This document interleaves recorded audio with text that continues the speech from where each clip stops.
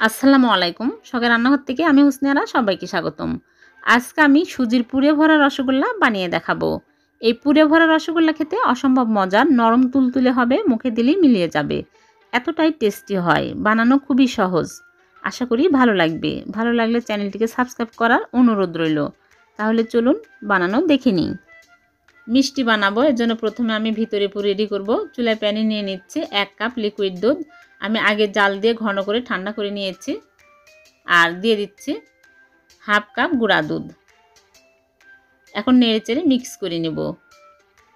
Mix করা হয়ে গেলে চুলা অন করে দিব। দিয়ে দিচ্ছি চিনি 2 চামচ। এখন নেড়েচেড়ে নিব। দিয়ে দিচ্ছি ঘি 1 চামচ। চুলার আঁচ মিডিয়াম আঁচে করে নেড়েচেড়ে ঘন করে নিতে হবে। দিয়ে দিচ্ছি সামান্য পরিমাণে জর্দা রং, এটা অপশনাল, না দিলেও কোনো সমস্যা নেই, দেখতে ভালো লাগবে এর জন্য দিয়ে দিলাম। দিয়ে অনবরত নেড়েচেড়ে ঘন করে নিব। আস্তে আস্তে ঘন হতে শুরু হয়েছে। যখন এরকম হবে, শক্ত হয়ে আসবে, তখনই নামিয়ে নিতে হবে। এর চেয়ে বেশি শক্ত করা যাবে না, ঠান্ডা হয়ে গেলে আরও শক্ত হয়ে যাবে। এখন একটা প্লেটে ঢেলে নিচ্ছি। ঠান্ডা হয়ে গেছে, এখন আমি অল্প অল্প করে নিয়ে এরম করে বল বানিয়ে নিব, তাহলে ভিতরে পুর দিতে সুবিধা হবে। আমি জয়টা মিষ্টি বানাবো, তয়টা বল বানিয়ে নিচ্ছি।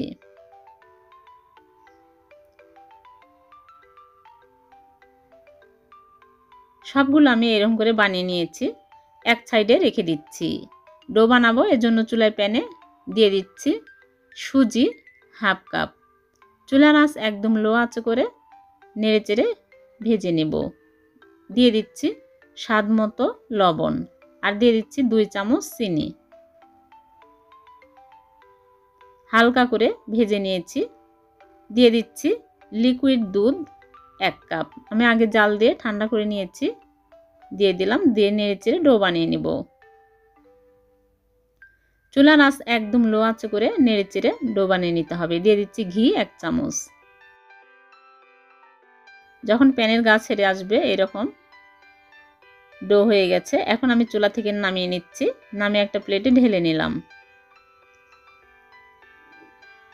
ঠান্ডা হয়ে গেছে, বেশি ঠান্ডা করা যাবে না, হালকা গরম থাকতেই মথে নিতে হবে। দিয়ে দিলাম 1/4 কাপ গুঁড়া দুধ। দিয়ে ভালো করে মথে নিব। এই ডোটা বেশি শক্ত করা যাবে না, একটু নরম করে মথে নিতে হবে, তাহলে মিষ্টিগুলো নরম হবে। ভালো করে একদম স্মুথ করে মথে নিয়েছি, দেখুন ডোটা নরম হয়েছে। এখন আমি অল্প অল্প করে নিয়ে এরম করে গোল করে বাটির মতো বানিয়ে নিচ্ছি, আর একটা করে ভিতরে পুর দিয়ে মুখটা ভালো করে আটকিয়ে নিচ্ছি, নিয়ে গোল করে নিচ্ছি।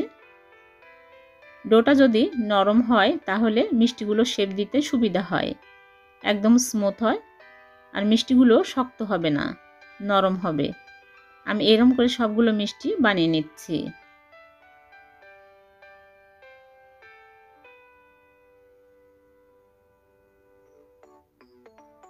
আমি আবারও বলছি, ডোটা একদম নরম করে এই মিষ্টিগুলো বানাবেন, তাহলে মিষ্টিগুলো নরম হবে। সবগুলো আমি বানিয়ে নিয়েছি। এখন শিরার মধ্যে দিব, এজন্য শিরা বানাবো। চুলায় প্যানে নিয়ে নিচ্ছি 1 কাপ চিনি, আর পানি দিয়ে দিচ্ছি 2 কাপ। 3টা এলাচ মুখ ফাটিয়ে দিয়ে দিচ্ছি। এখন চিনি গলে ভালোভাবে বলক আসা পর্যন্ত অপেক্ষা করব। চুলার আঁচ হাই হিটে রেখেছি, ভালোভাবে বলক উঠে আসছে। এখন মিষ্টিগুলো দিয়ে দিচ্ছি। মিষ্টিগুলো দিয়ে ঢেকে রেখে দিব। 5 মিনিট পর মিষ্টিগুলো আমি আলতো করে নেড়ে দিব। ফিরে আসলাম 5 মিনিট পর। মিষ্টিগুলো আলতো করে নেড়ে দিতে হবে, বেশি নাড়াচাড়া যাবে না, তাহলে মিষ্টিগুলো ভেঙে যাবে। ফিরে আসলাম 2 মিনিট পর। মোট 7 মিনিট মিষ্টিগুলো আমি জাল করে নিয়েছি। মিষ্টিগুলো হয়ে গেছে। এর চেয়ে বেশি জাল করা যাবে না, তাহলে মিষ্টিগুলো গলে যাবে।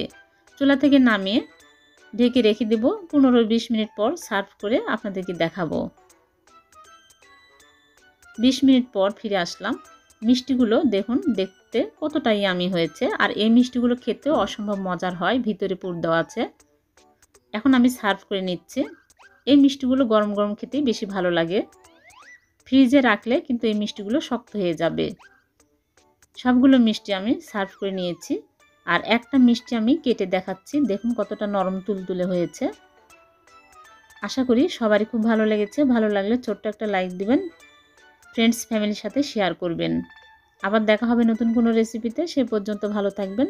আল্লাহ হাফেজ।